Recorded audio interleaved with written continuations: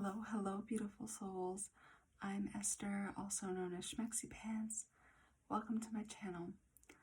I wanted to talk today a little bit about non-attachment. And if you've been on a spiritual journey for a while, you've probably heard that, the key to letting things in is to letting things go. Being non-attached to the outcome, being non-attached in the process, letting things slip and slide, and knowing that things will work out, having that unshakable faith. And it's something that I've spoken about briefly on my Instagram before, but my favorite lesson to integrate non-attachment comes from crochet. So I'm a big crocheter, and yesterday I was at the store and I bought some yarn intending to make a sweater. And I'm the type of person who kind of likes to let the fabric inform what I make. I like to be a little bit looser about it than is maybe practical sometimes. And so sometimes I spend a couple hours crocheting something only to realize it's not right. It doesn't fit right.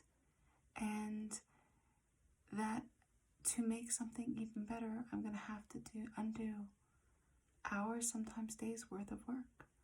And I'm going to have to unravel. And things just seem to fall apart so easily with crochet.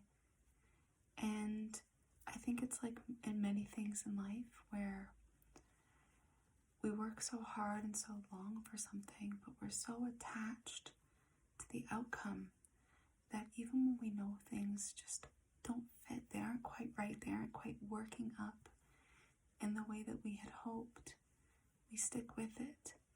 And let's use this piece of fabric again as an example. If I would have kept going with this, would it have been a beautiful sweater? Almost certainly. But every step of the journey, from the beginning part of the neck and shoulder piece to the last piece of ribbing on the wrist, would have been a struggle for me.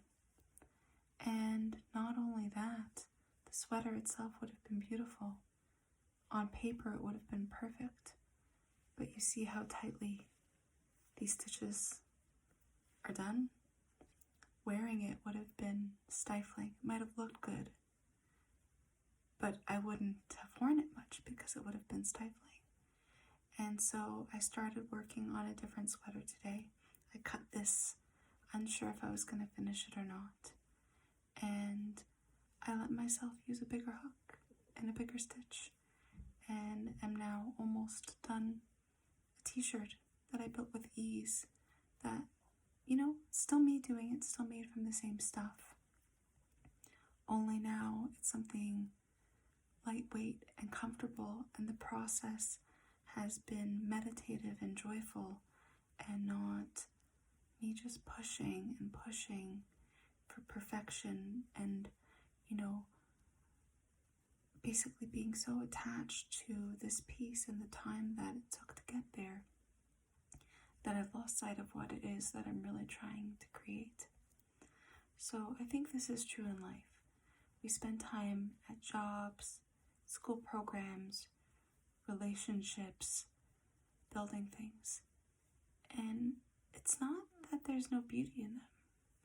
Like, we can have gratitude for the things that are not working out. But it's the knowing that things will be okay if we let these pieces and these things unravel when they're no longer aligned. I think a better way to look at it is looking at the gift that the journey has given us. For me in this fabric, this gift is, I know that I don't like working in small stitches with small hooks. I'm grateful because in the process of doing this, I did learn a little bit more practice with a different stitch. For anybody interested, it's a center single crochet where you makes it look like knit, where you crochet into the middle of your single crochet, for anybody who that means anything to.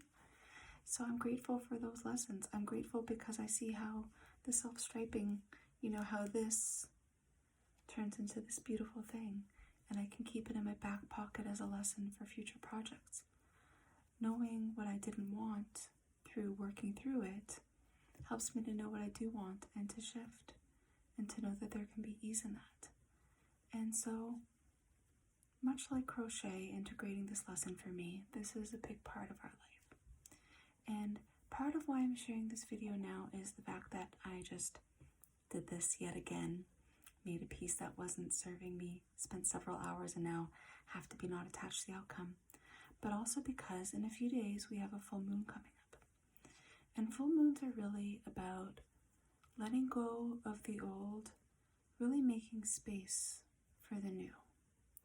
So with that in mind, over the next few days, maybe take some time to think about what needs to unravel in your life, what needs to kind of be thanked, be given gratitude to, and then be let go of.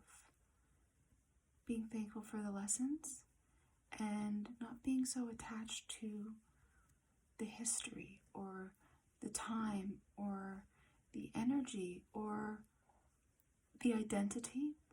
That's a good one. The identity of who you were when you built up those structures or let in those structures that are no longer serving. And what can you do as a ritual to kind of let it go? Maybe it's literally unraveling something, decluttering your closet.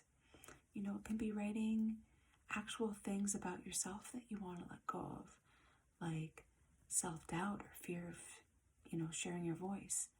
And you can write that on a piece of paper, rip it up, burn it.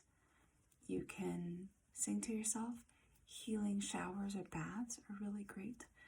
Visualizing yourself washing that old stuck energy off. Releasing that attachment, knowing that if things seem slow right now, if they're falling apart, if they're unraveling, knowing that when push comes to shove, you still have you still have the foundation. You can rebuild and re-ravel, using that time to be better, stronger, healthier, more aligned version of yourself, and you can invite in ease for that process. So hopefully that spoke to somebody and helped. If it did, I would love to hear your thoughts in the comments. Please like and subscribe, and I hope that you have the most beautiful evening. I'll talk to you soon.